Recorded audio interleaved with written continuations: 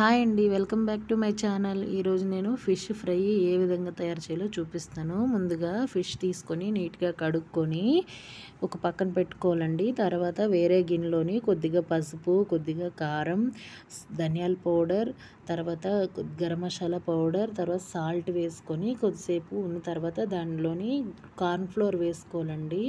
తర్వాత దానిలోని అల్లం వెల్లుల్లి పేస్ట్ వేసుకోవాలి. వేసుకున్న తర్వాత పులుపు కోసం కొద్దిగా నిమ్మకాయ చెక్క అనేది పిండుకోవాలండి.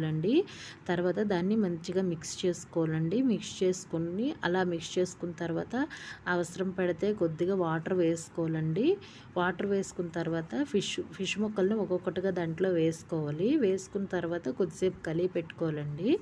కలిపేసిన తర్వాత కొద్దిసేపు డీ ఫ్రిడ్జ్లో పెట్టుకోవాలి. డీ ఫ్రిడ్జ్లో పెట్టుకోవడం వల్ల ముక్క గట్టిగా అవుతుంది.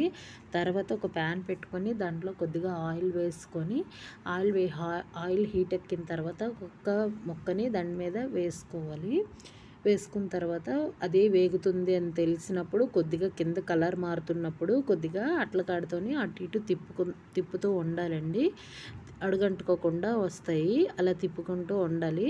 అలా కొద్దిసేపు మీడియం ఫ్లేమ్లోనే పెట్టి వేపుకోవాలండి. అవి మీడియం ఫ్లేమ్లో పెట్టి వేపుకోవటం వల్ల బాగుంటాయి. అదిగోండి ఆ విధంగా కొద్దిసేపు బాగా ఎర్రగా అయిన తర్వాత కరకరలాడతాయండి, బాగుంటాయి. ఈ విధంగా తయారు చేసుకోవాలండి. ఈ రెసిపీ మీకు నచ్చినట్టయితే లైక్ చేయండి, కామెంట్ చేయండి.